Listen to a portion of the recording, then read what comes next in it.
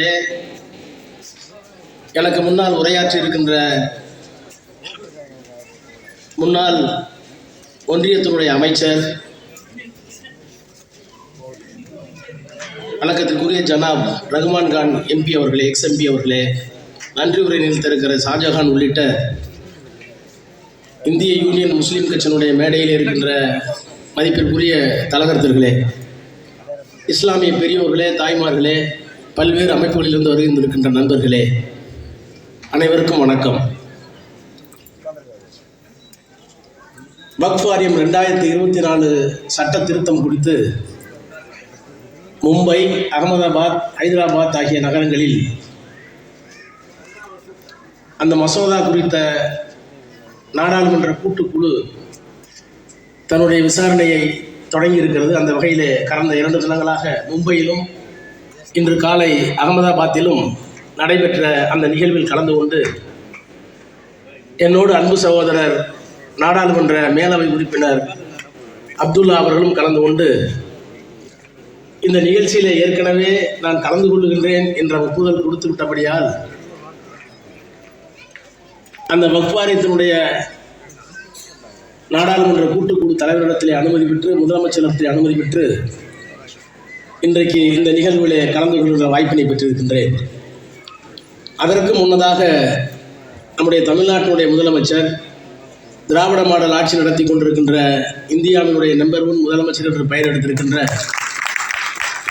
மாண்புமிகு முத்துவேல் கருணாநிதி ஸ்டாலின் அவர்கள் பிரதமரை பார்ப்பதற்கு அரசு அலுவல் நிமித்தமாக கடந்த இன்றும் நேற்றும் டெல்லியில் இருந்தார். திராவிட முன்னேற்ற கழகத்தினுடைய துணை பொதுச் செயலாளரில் ஒருவன் நான், நாடாளுமன்றத்தினுடைய கொறடா. எனவே அவரிடத்தில் 2-3 நாட்களுக்கு முன்னாலேயே சென்று நான் சொன்னேன், நீங்கள் தலைநகருக்கு வருகிறீர்கள், அதே நேரத்தில் வக்ஃப் வாரிய சட்டம் குறித்து ஆலோசனைகள் மும்பை நகரத்திலும் அகமதாபாத் நகரத்திலும் நடந்து கொண்டிருக்கிறது. நான் என்ன செய்ய வேண்டும் என்று கேட்ட நேரத்தில், என்னை வரவேற்பது முக்கியமல்ல, இந்த மண்ணிலே இருக்கிற இஸ்லாமியர்களை வாழ வைப்பதுதான் உனக்கு முக்கியம் என்று சொல்லி என்னை அங்கே அனுப்பினார்கள். நான் டெல்லிக்கு போகவில்லை. எனவே அந்த உணர்வோடு தான் இந்த மேடையிலே நான் நின்று கொண்டிருக்கின்றேன். இந்த வக்ஃப் வாரிய சட்டம் குறித்த அனைத்து சரத்துகளையும், almost all the provisions of the new amended bill have been explained by our former minister. He was the author for the 2013 Act. And 1995 Act also he took debate in the Parliament. With all my humility, I want to say before our brother, elder brother Raghuman Khan, I read all the debate, both in 2013 and 1995, which took place in the Parliament. I am very thorough.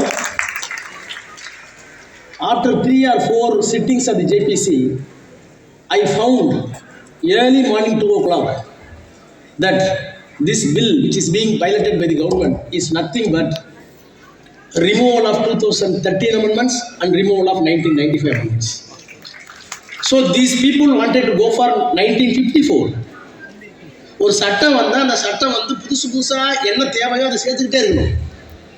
1995 அன்றைக்கு இருந்த காங்கிரஸ் அரசாங்கம் 54 கொண்டு வந்த சட்டத்தை திருத்தி இஸ்லாமியர்களுக்கு வக்ஃப் ப்ராப்பர்ட்டிக்கு என்னென்ன ஆபத்துகள் இருக்கிறதோ அவற்றையெல்லாம் களைய வேண்டும் என்பதற்காக 95 செம்மைப்படுத்தினார்கள். ஒரு 50 சட்டப்பிரிவுகளை புதிதாக பூர்த்தினார்கள். 2015 அமைச்சர் அவர் இருக்கும்போது திரும்பவும் அவர் ஒரு 50 பிரிவுகளை சேர்த்தார். ஒரு சட்டம் வளர்ந்து கொண்டே இருக்கணும். 1950 தீண்டாமை ஒழிப்பு சட்டம் பிசிஆர்னு வந்துச்சு. 40 ஆண்டுகளுக்கு பிறகு தீண்டாமை வெவ்வேறு வடிவங்களில் குடியேறிய காரணத்தினால் அதுக்கு பிறகு SC/ST அட்ராசிட்டிஸ் ஆக்ட் வந்துச்சு. So the law must be prospective. சட்டம் வளர்ந்துகிட்டே இருக்கும் தேவைக்கேற்ப. இந்த கொடுமை என்னன்னா, சட்டத்தை 2013 95 54 கொண்டு போறாங்க. ரெட்ராஸ்பெக்டிவ். இதான் மோடி, இதான் அமித்ஷா. இந்த நுட்பத்தை கண்டுபிடிக்கிறதுக்கே எனக்கு 4 நாள் ஆச்சு. நான் தான் சொன்னேன், நீங்க என்ன பண்ணிருக்கீங்கன்னா, ஒரே ஒரு துண்டு சீட்டில் எழுதி the amendment which took place in 1995 and 2013 is hereby nullified. That is enough. Why you are bringing this law? இந்த சட்டத்தை நீ ஏன் கொண்டு வர? 1995 நாடாளுமன்றம் என்ன சொல்லிச்சோ, 2013 என்ன சொல்லிச்சோ, அதையெல்லாம் நாங்கள் எடுத்து விட்டோம்னு ஒரே ஒரு கட்டத்தில் எழுதி விடுறோம்னு சொன்னேன். இதுக்கு ஊர் ஊரா போய் இத்தனை பேர் பைசால தங்கி நட்சத்திர வண்டியில் தங்கி என்ன கூத்து நடக்குதுனே தெரியும். அதனால சொல்ற இந்த வக்ஃப் சட்டங்கிறது ஒரு சட்ட திருத்தம் அல்ல.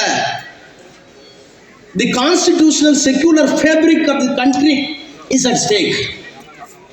அரசியல் சட்டத்திற்கு மிகப்பெரிய ஆபத்து. அக்பருக்கு சட்டத்துக்கு அல்ல. இந்த சட்டம் இந்த ப்ராப்பர்ட்டிலாம் என்னன்னா முஸ்லீம்கள் செத்து போடுவாங்க நாட்டில். ஆனால் we the people of India having solemnly resolved to constitute India into a sovereign, secular, socialistic, democratic republic. இந்திய மக்களாகிய நாங்கள் இந்தியாவை ஒரு இறையாண்மையுள்ள குடியரசாக, ஒரு மதச்சார்பற்ற குடியரசாக, ஒரு சமதர்ம குடியரசாக உருவாக்கி இருக்கிறோம் சொல்லியிருக்கோம்ல. அந்த மதச்சார்பின்மைக்கு அரசியல் சட்டத்திற்கு விடுக்கப்பட்ட ஆபத்து தான் இந்த வக்ஃப் சட்டத்திருக்கும்.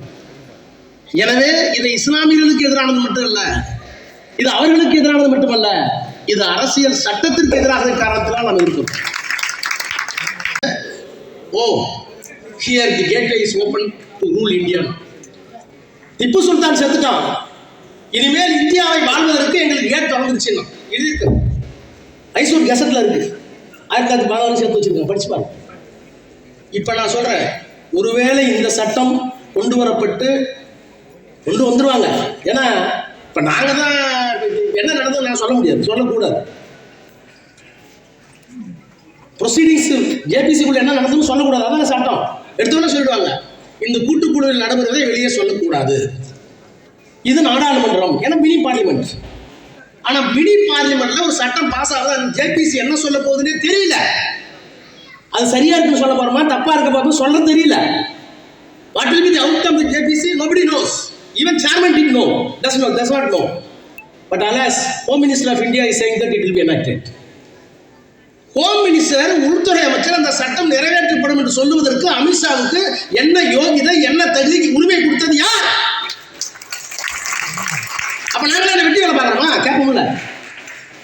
நாடாளுமன்ற நிலைக்குழு என்பது ஒரு சிறிய பாராளுமன்றம்.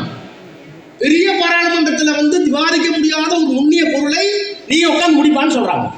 அப்ப நாங்களாம் பேசிட்டு இருக்கோம். அப்ப நாங்களாம் பேசிக்கிறதுக்கு முன்னாடியே இல்ல நாங்க நிறைவேற்றணும்னு சொன்னா முடிவு தெரிஞ்சு போச்சு இல்ல. அப்புறம் எதுக்கு மும்பை, அப்புறம் எதுக்கு அகமதாபாத், அப்புறம் எதுக்கு கேரளா, அப்புறம் எதுக்கு 5 ஸ்டார்? எனக்கு ஒன்றும் புரியல நாட்டில் என்ன நடக்குதுன்னு. ஸோ இவர்களுக்கு அரசியல் சட்டத்தை பற்றியோ அரசியல் சட்டத்தில் சொல்லப்பட்டிருக்கிற நிறுவனங்களை பற்றியோ எப்பவும் கவலை கிடையாது. They will not bother about Supreme Court. They will not bother about Planning Commission. They will not bother about the Election Commission. They will not bother about legislature. They will not bother about Parliament. They will bulldoze everything. அப்படிப்பட்ட முயற்சியில தான் இன்றைக்கு இறங்கியிருக்கிறார்கள். இதை எதிர்க்கக்கூடிய வல்லமை உள்ள சில அரசியல் கட்சி தலைவர்களில் முதன்மையாக இருப்பவர் தான் முத்துவேல் கருணாநிதி சார். அப்ப எங்களுடைய தலைவரும் அவரால் கணிக்கப்பட்ட நாங்களும் உங்களுக்கு உடன் இருப்போம். இதற்கு மேல் நாங்கள் பேசக்கூடாது என்ன நடந்தது அந்த கட்டுப்பாடு எனக்கு இருக்கிற காரணத்தினால், since I am a member of the JPC, I cannot disclose more facts which is known to me. I know that this injustice is being passed, but I cannot disclose it. So with these words I conclude. Thank you very much. இறுதியாக இந்த கருத்தரங்கத்திலே நாம் என்ன எடுத்துக்கொண்டு வெளியே போகிறோம் என்று சொல்ல வேண்டிய பொறுப்பு நமக்கு இருக்கிறது. ஒன்று, மக்களோடு சேர்ந்து இங்கு பேசிய குஜாலிக்குட்டி அவர் சொன்னது மாதிரி, பஷீர் சாஹிப் அவர் சொன்னது மாதிரி, நமது தீரான் அவர்கள் சொன்னது மாதிரி, நமது மௌலானா அவர் சொன்னது மாதிரி, இங்கே ராஜா அவர் சொல்லி இருக்கிற மாதிரி, எல்லாவற்றுக்கும் மேலாக இங்கே சிறப்பு உரை ஆட்ட வந்த பெருமைக்குரிய ரஹ்மான் கான் சாஹிப் சொன்னது மாதிரி, நாம் அத்துணை பேரும் முஸ்லிம் சமுதாயத்தை ஒன்றுபடுத்தி அவர் சொன்னது, ஒன்றுபடுங்கள் என்று சொன்னார்கள். ஒன்றுபடுத்திக் கொள்வது மட்டுமல்லாமல் இந்திய கூட்டணியில் உள்ள அதில் இல்லாதவர்களையும் ஒன்று சேர்த்து நம்மோடு இணைத்து கொண்டு இந்த சட்டத்தை எதிர்ப்பதோடு இந்த சட்ட அடிப்படைகளை நாமும் தெரிந்து கொண்டு மற்ற சமுதாய மக்களுக்கும் தெரிவிக்க வேண்டிய பொறுப்பு நமக்கு இருக்கிறது. இது மூன்றாவது விஷயம். நான்காவதாக கொடுக்க வேண்டியது உங்களுக்கு சொல்ல நினைக்கக்கூடிய ஒன்று, மரியாதைக்குரிய ரஹ்மான் கான் அவர்கள் இங்கு பேசும்போது ஒன்று குறிப்பிட்டு சொல்லியிருக்கிறார்.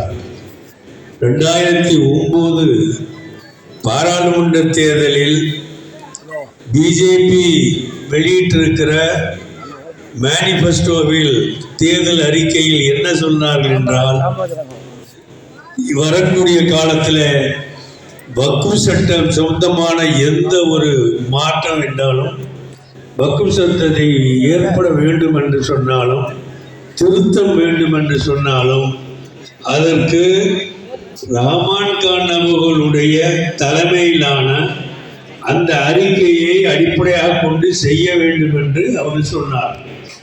இப்பொழுது நாம் என்ன சொல்லுவது என்று சொன்னால், இந்த திருத்த சட்டத்தை கொண்டு வந்து நாட்டில் குழப்பத்தை ஏற்பாடு செய்து நாட்டில் முஸ்லிம் சமுதாயத்துக்கு முற்றிலும் மாறுபட்ட ஒரு சட்டத்தை நீ கொண்டு வந்து முயற்சி செய்கிற இந்த நேரத்தில் மத்திய அரசுக்கு நாம் சொல்லக்கூடிய அறிவுரை, இந்த கருத்தரங்கத்தின் மூலமாக மத்திய அரசுக்கு எடுத்து வைக்கக்கூடிய கருத்தியல் என்ன என்றால், இந்த சட்டத்தை நீங்கள் கொண்டு வந்திருக்கிற இந்த திருத்த சட்டத்தை மறுமுறையும் தீர ஆய்வு செய்து அந்த முழு சட்டத்தையும் மரியாதைக்குரிய ரஹ்மான் கான் அவர்கள் சொல்லுகிறபடி நீங்கள் செய்ய வேண்டும் என்பது நமது கோரிக்கையாகும். அதுதான் இந்த கருத்தரங்கத்துடைய முடிவு என்பதை நாம் தெரிவித்துக் கொண்டு, இந்த 4 விஷயங்களையும் உள்ளத்திலே ஏந்தி கொண்டு நாம் செல்வோம்.